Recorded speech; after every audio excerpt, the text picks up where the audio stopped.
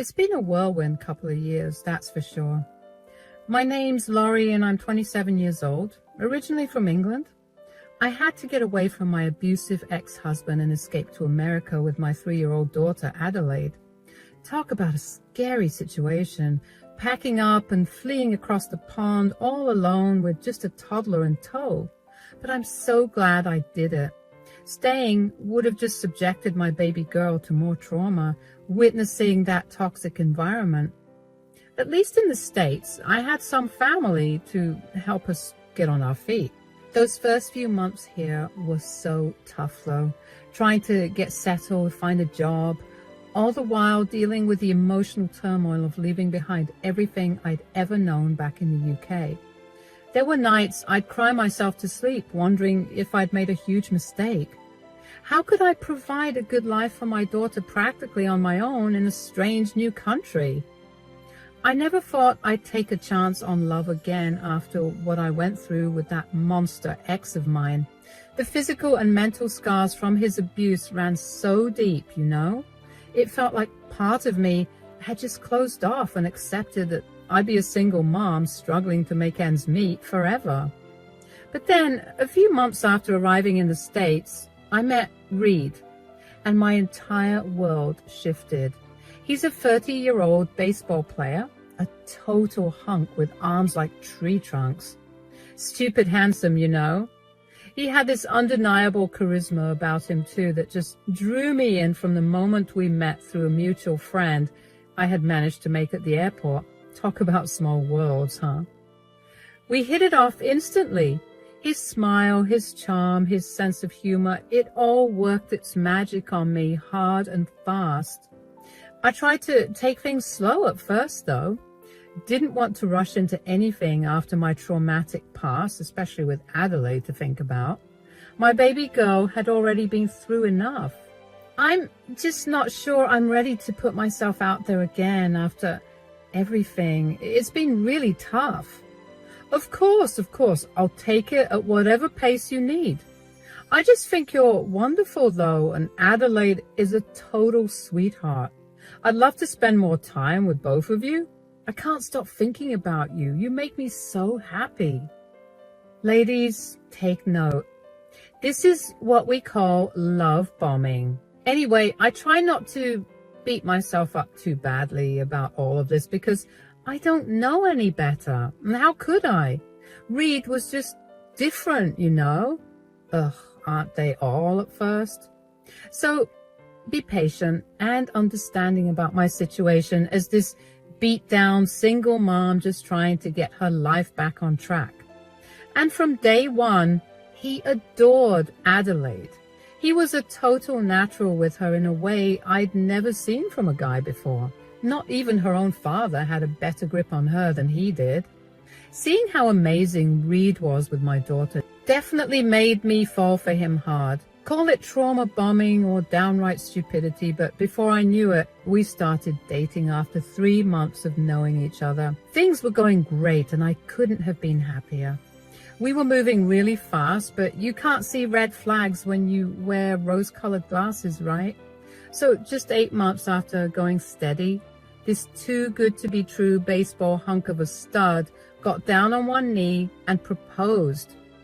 We were on vacation in Fiji, and that's when he popped the question right on the beach in the dead of night, with the beach lit up with all these beautiful candles. I was over the moon, completely dazzled. For the first time, I really felt like I could have a family I'd always dreamed of, a loving partner and a stable home for Adelaide. I mean, I couldn't be a single mom forever, right? I didn't deserve that, and neither did Adelaide. When we arrived back home from our little vacation, his mother greeted me with beaming eyes. I was so shocked to see someone so accepting and kind. She was your typical American mother, plump and kind, just a bowl of happiness ready to give and give and give, and she absolutely adored Adelaide. She would always take care of her, which is what she did when we went to Fiji. And when I came back, Adelaide was as happy as could be, telling me that she enjoyed her time with her Gram. Gram? Oh, couldn't you just die? She's such an adorable sweetheart. She started calling me that after you two left. Oh, bless her heart. Soon she'll be calling me Daddy. What? You proposed? Oh, Reed, you said you'd do it when I was present. I wanted to see the look on her face. Sorry, Mama, that was the plan, but, well, I just couldn't help it. I just couldn't go one more day knowing that I didn't claim her as mine. My fiancé, and very, very soon, she'll be my wife. Oh, my goodness, I'm still reeling from everything. I just can't believe that you'd want to be with someone like me. Well, you better believe it, baby. I'm in this for the long haul. You're everything to me. I can't believe I met you, but I'll thank my lucky stars every day. We moved right into Reed's gorgeous house right after the proposal.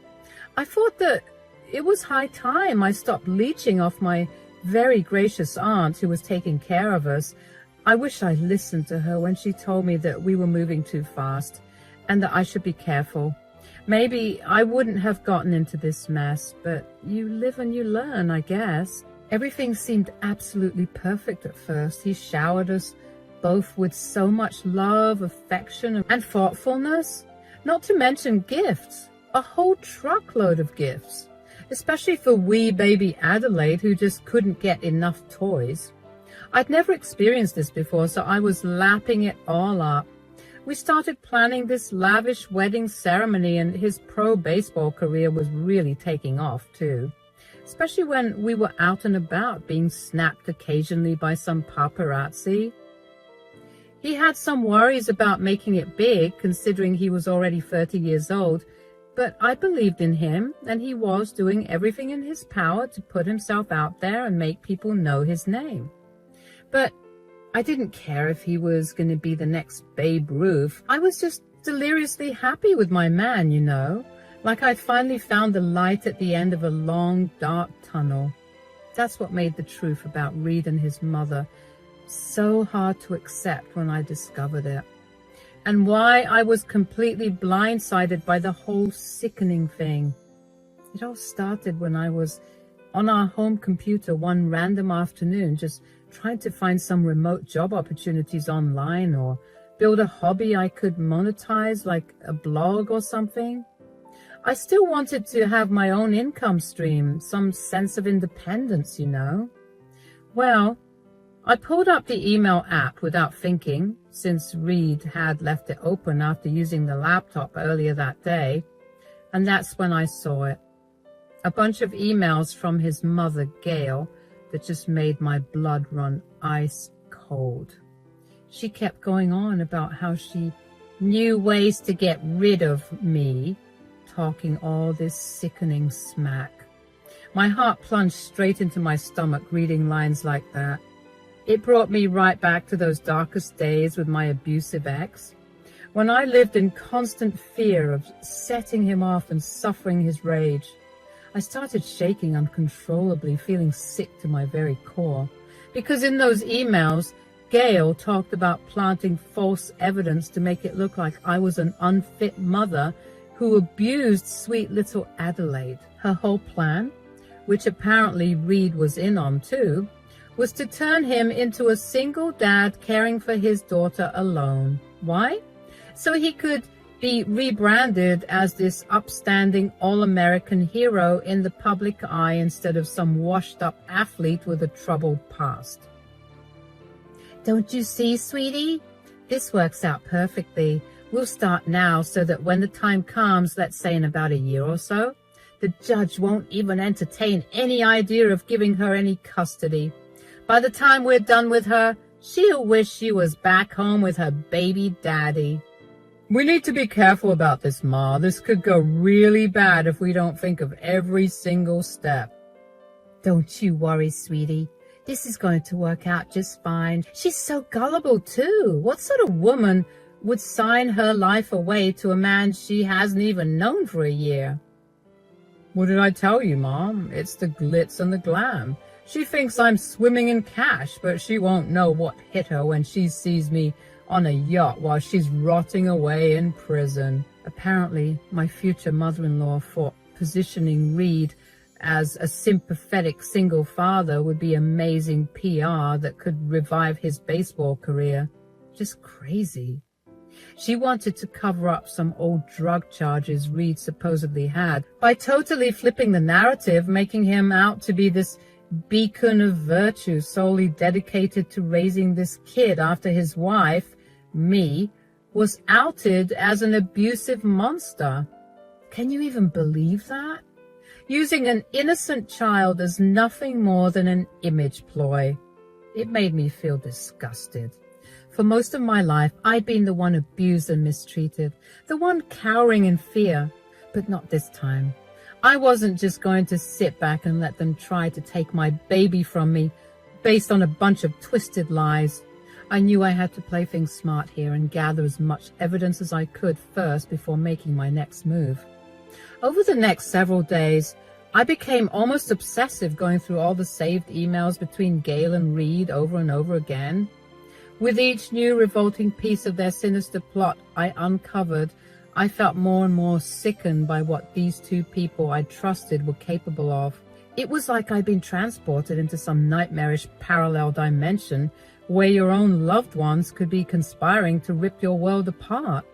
That's when I stumbled across one particular email where Gail reminded Reed to delete the home security camera footage from a couple of nights earlier.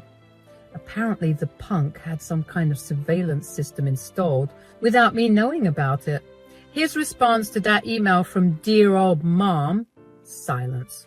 He never said whether he'd gotten around to scrubbing that security tape. Well, that just opened up a goldmine of opportunity for me, didn't it? I waited until the next day when I knew he'd be gone to go on some press tour to make my move. I went rummaging through the security system. And sure as hell, there was crystal clear video from a few nights prior of Reed and his mother discussing their whole sick plan to take Adelaide from me. With my own eyes, I witnessed Reed readily going along with this whole demented scheme to flip the script and paint me as a danger to my own flesh and blood. Then we'll pin the drugs on her. Yes, exactly. We'll say that you were protecting her all these years, and that you knew her from a long time ago, and that those drug charges I got were actually meant to be hers, but I was just covering for her. Oh my goodness, you're a genius. The ladies will eat that all up. Who knows, maybe you'll even get a better looking girl at the end of all of this when the ladies realize just how amazing you are. It would be even better if we get her hooked on it sooner, though. So, when would you want to start?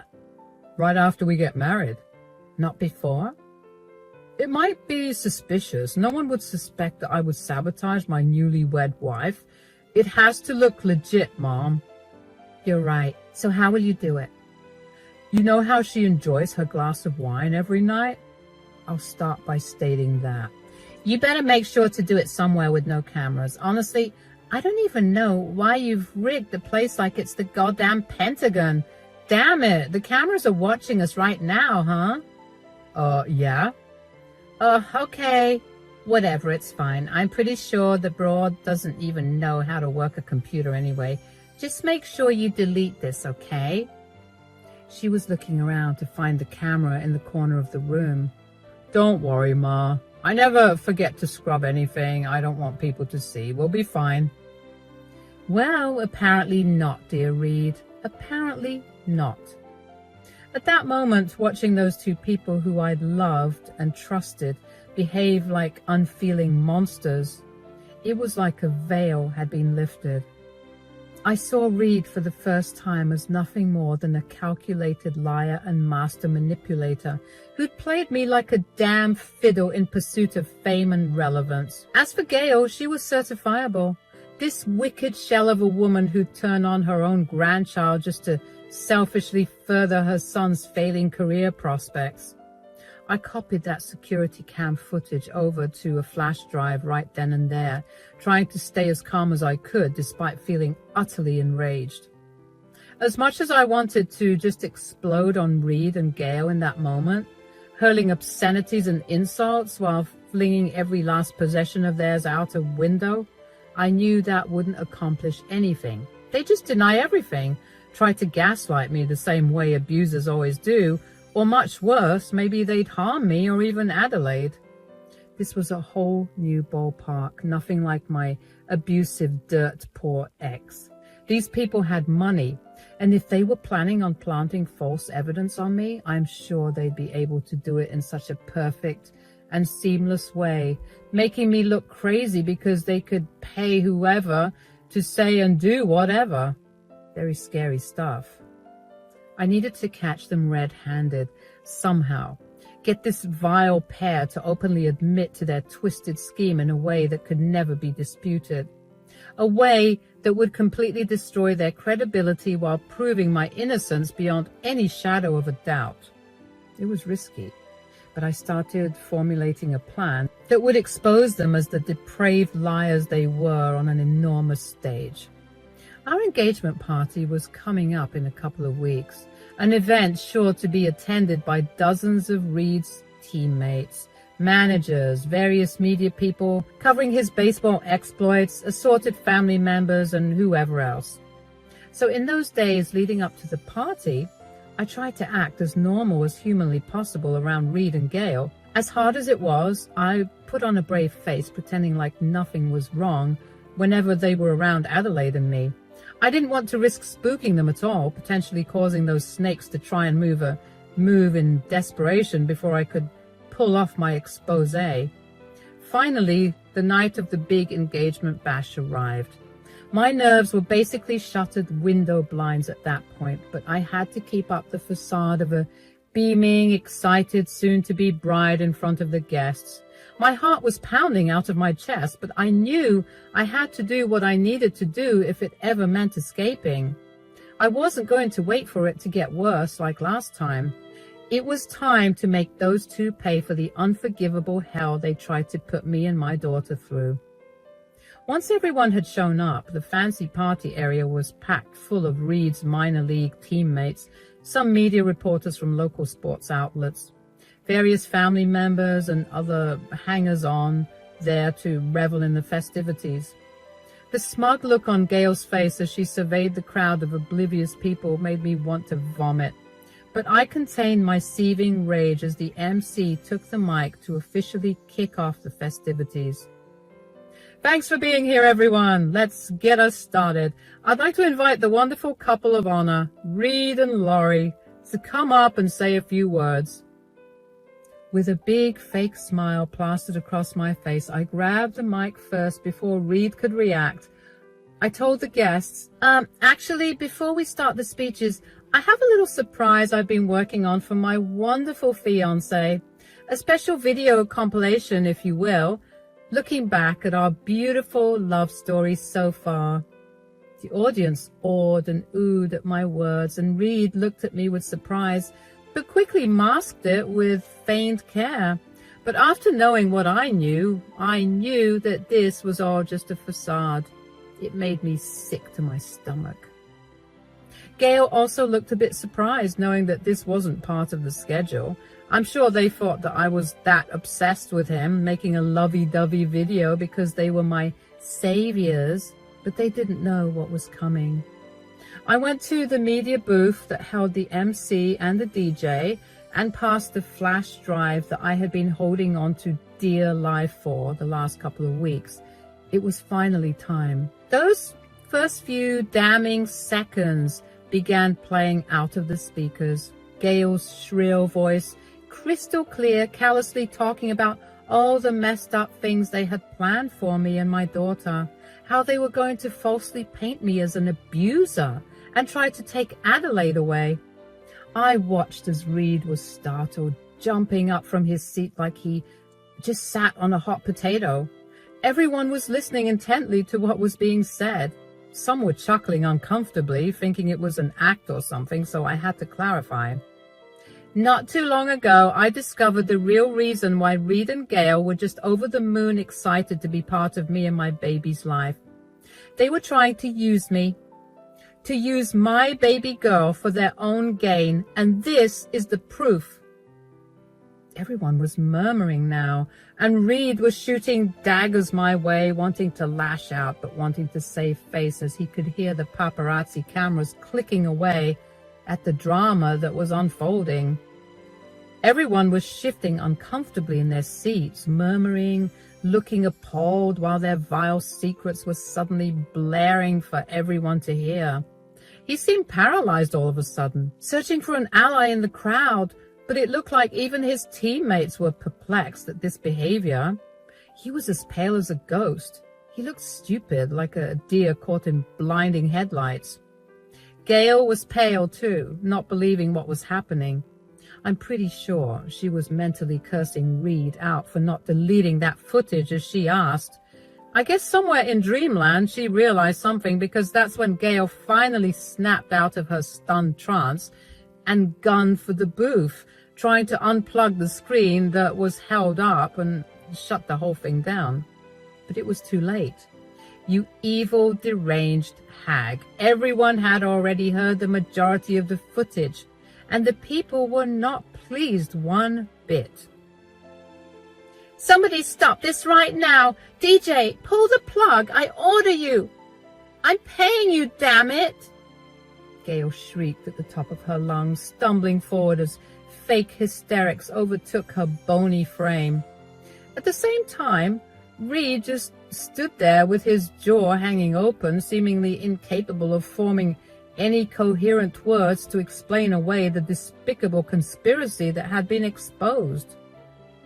Boos and shouts of disgust immediately filled the entire venue as the assembled crowd absorbed what they were witnessing.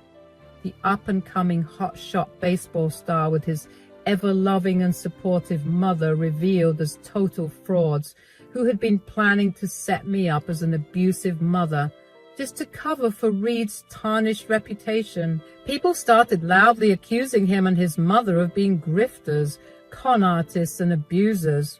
It wasn't looking pretty. The media people scrambled to capture the shocking implosion that was unfolding right before their eyes. I just stood there, a satisfied grin spread across my face, as those two repulsive snakes I'd somehow fallen for had their true appalling colors bared for all to see. The celebratory mood at the engagement bash was officially in the gutter. Nice job, you heartless sociopaths. Reed finally seemed to regain just enough of his senses to attempt some half-hearted, last-ditch damage control. It's just a prank, everybody. You know me and my mom. We're just joking around. We would never do that. Come on, dude. After that clear-as-day recording, did he really think people were going to buy that laughable excuse? Not a chance. Get out of here, you freaks! A gruff voice hollered from the back of the crowd. That kick-started an all-out descent into total chaos as the party devolved into an uncontrolled riot seemingly within seconds. I guess nothing is off limits in the days of cancel culture, hey? The people were essentially forming a mob, and they weren't going to stand for this blatant misogyny and hatred. Furious guests started flinging drinks and whatever else they could get their hands on at Reed and Gale, while others tore down decorations in a mad fury at having their trust so violently violated by the celebrated couple. I'd never witnessed such a frighteningly unrestrained display of public outrage in my entire life. No less at an engagement party. To be fair, it was mainly the paparazzi who were causing the ruckus, no doubt trying to dial everything up because they knew that this juicy story would hit everyone hard in the tabloids and websites tomorrow. It was like somebody had pulled the pin on an anarchy grenade and the entire venue had instantaneously descended into chaos. Gail was reduced to nothing more than a shrieking, crumbling mess in the middle of it all, shouting incoherently at the MC to shut everything down while scrambling to avoid the torrent of garbage raining down on her, her fancy updo becoming increasingly frazzled. Reed clearly saw which way the wind was blowing and tried taking off, but it was no use. All eyes and all lights were on him, and he was left there blubbering like a fool, trying to come up with some BS excuse on why he would prank me like that. Just pathetic. I stood there proud, holding my baby, making my way towards a quieter area because little Adelaide was getting scared, understandably so. Social media people tried following me to ask me some questions, but I simply produced another flash drive I had stashed away with all the emails I had collected from those idiots. They promptly left me alone to scramble to find a computer so that they could see everything. For once, I didn't have to look over my shoulder, worried about suffering more abuse or not being believed when I tried revealing the ugly truth. The damning evidence had spoken for itself, blasting Reed and Gail's deranged lies out for the whole world to finally see. I hurried back home to pack what little belongings we had. Leaving everything behind and calling my aunt, I finally felt relief, like a weight had been lifted off my shoulders. A weight that had been there for far too long, really. The constant stress and fear of having to walk on eggshells around toxic, volatile people, of having my reality constantly questioned and gaslighted until I started doubting my own self-worth. But not anymore. That agonizing cycle of abuse and manipulation had been shattered into pieces like a skipping record finally being smashed and broken. I was free. Adelaide was safe. Those were the only things that mattered. In the days and weeks following the engagement party implosion, the fallout was about as messy and protracted as you'd expect. Reed did a whole tour of various interviews and podcasts, trotting out a rotating cast of high-priced lawyers, PR reps, and crisis managers as he tried fruitlessly to regain control of the narrative. To absolutely nobody's surprise, he oscillated between feigning contrition and innocence, flashing that phony "aw shucks" grin that had initially charmed me into letting my guard down. He claimed the recordings had been edited and taken out of context, that it was all just a misunderstanding blown way out of proportion by yours truly. Yeah, nice try, buddy, but the court of public opinion had already convicted you. Everyone could see you were nothing more than a hollowed-out husk trying to gaslight yet another victim. And with those emails backing everything up, yeah, he was done. As for Gail, she more or less went into full-on hermit mode after that fateful engagement party. Can't say I was terribly surprised. The vicious wrath of the internet absolutely terrorized her once the truth about her scheme came out. Memes and parody video edits portraying her as a cackling Disney villain-esque mother-in-law proliferated across every social media platform. Reporters camped outside her house for weeks, hungry for any pearl of comment or reaction about her involvement in the most unhinged family drama the world had ever witnessed. Lawsuits were threatened and complaints filed with the police about alleged harassment, but nothing really made a dent. She'd been exposed as a monstrous fraud who tried to destroy her own grandchild's life just to selfishly resuscitate her son's stagnant career, and the collective internet was not keen on letting her forget that anytime soon. Gail had tried to portray herself as some upstanding, genteel Southern woman, but all anyone saw now was the truth.